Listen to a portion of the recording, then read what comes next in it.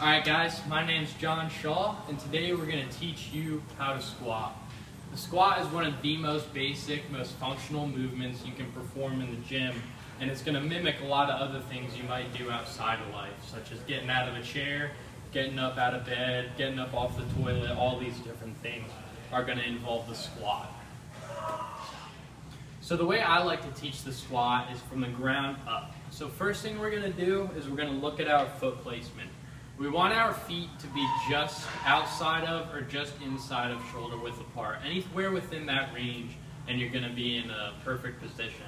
So we don't want it too wide out or else it's not as functional. You're not going to see something like this in your life as much. And we don't want it too close because then you may not be able to hit proper depth to avoid injury and other things. So we want it just outside or just inside that shoulder width apart.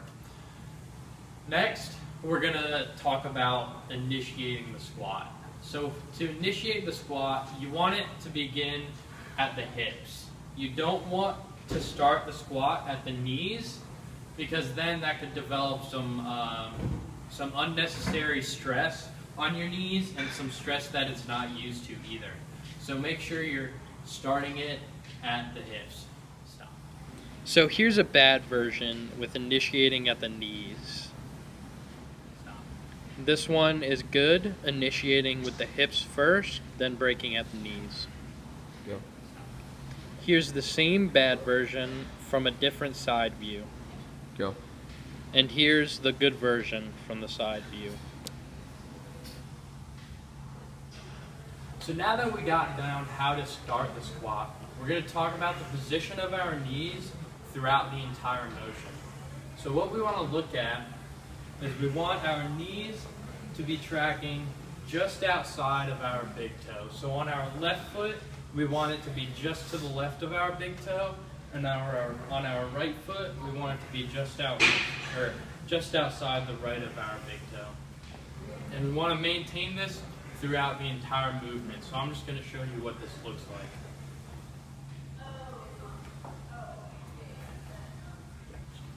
What we don't want to see is the knees coming down at either the start, like that, or coming in at the end of the movement, like this.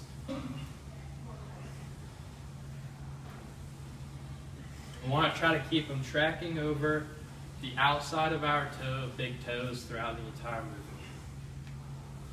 Now, last but not least, as far as technique, we're going to talk about the position of the back. Now, this is the most important. I saved the best for last.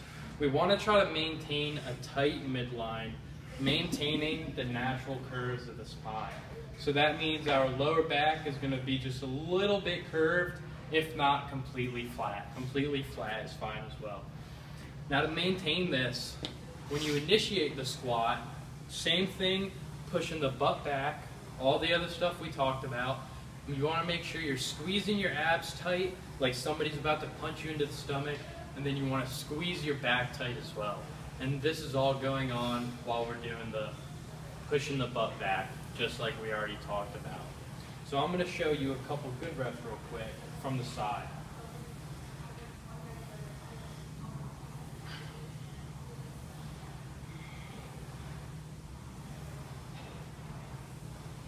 Go.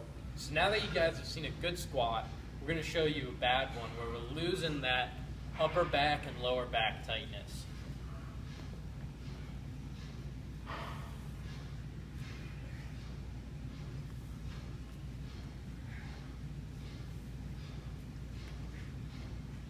So that's what we don't want to happen.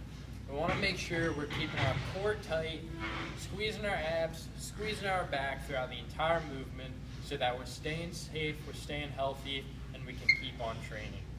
So those are the basics to the squat. There's some ways to make it a little more easy, a little more difficult, but those are for more videos to come. Thank you very much. I'm John Shaw. You stay classy.